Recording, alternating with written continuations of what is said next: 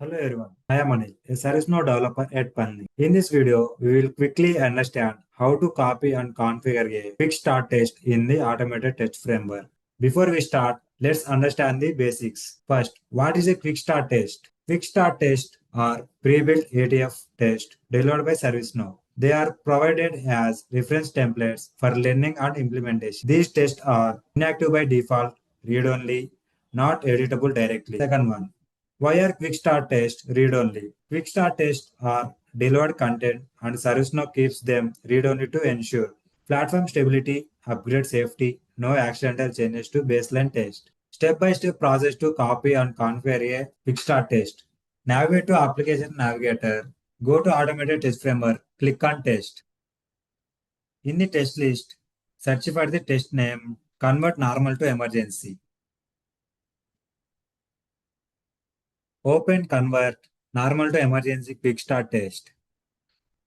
You will notice the test is inactive and read-only. Changing the application scope will allow editing.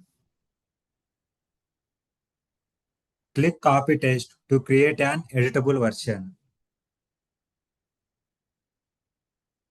Configure the copied test.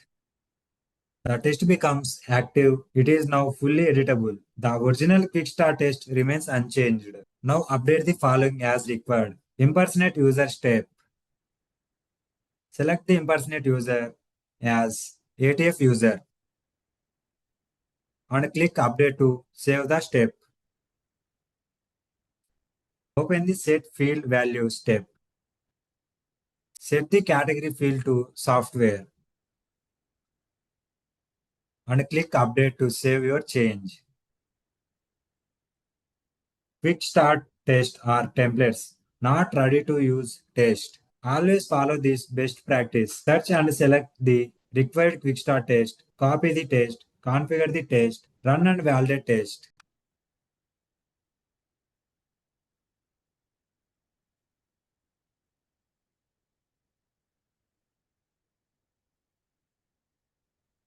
And that is how you copy and configure a quick start test in the ATF. That brings us to the end of our video on how to copy and configure a quick start test in the ServiceNow ATF. If you found this video helpful, don't forget to like, subscribe. Thanks for watching and I will see you in the next video.